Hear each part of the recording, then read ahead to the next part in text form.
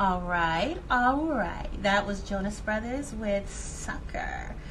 So I am in full-fledged swing conversation with my people on Instagram Live. If you would like to see me as well as hear me, go to Instagram.com/AZIZAKIBIBI. Basically at AZIZAKIBIBI. And go to my live.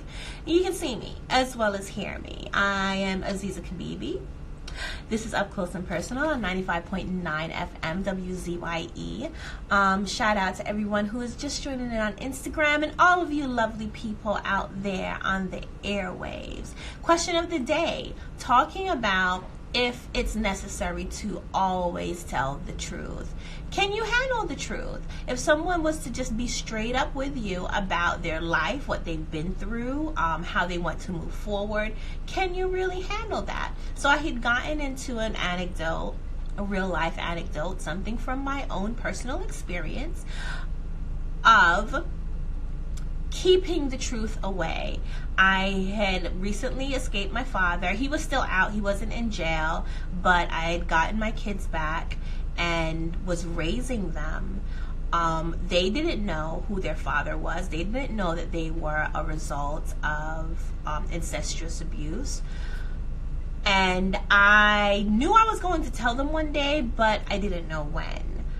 Now, when I started dating, very in an anxious, nervous, scary way, I did meet some gentlemen, and I had no intention of telling them what I had been through or who the father of my children was.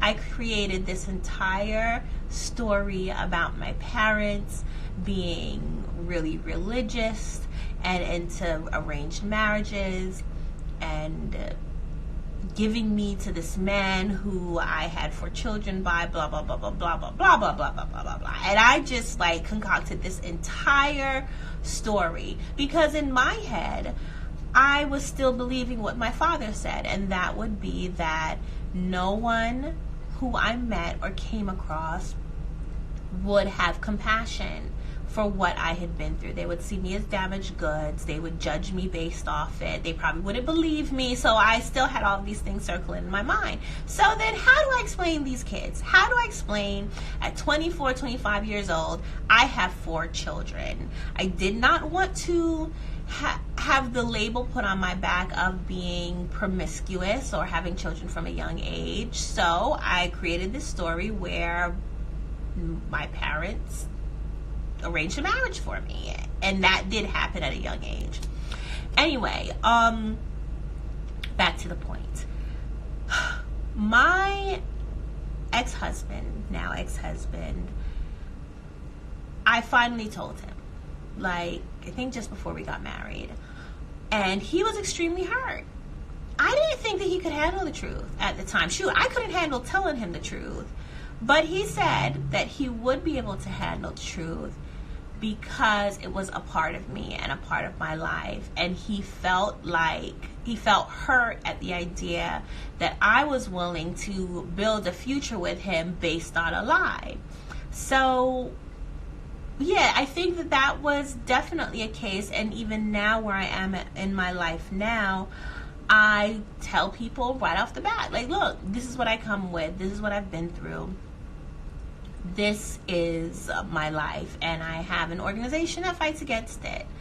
And I do think that is a sign of respect for not just myself, but for the other person involved. And I expect the same thing in return. Let's go to dating. Plenty of men have approached me, and they do not tell me their marital status.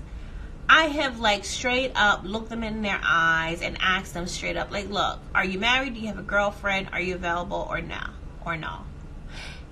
And they have looked me straight in my eye and said, no, I am single. I am a single father.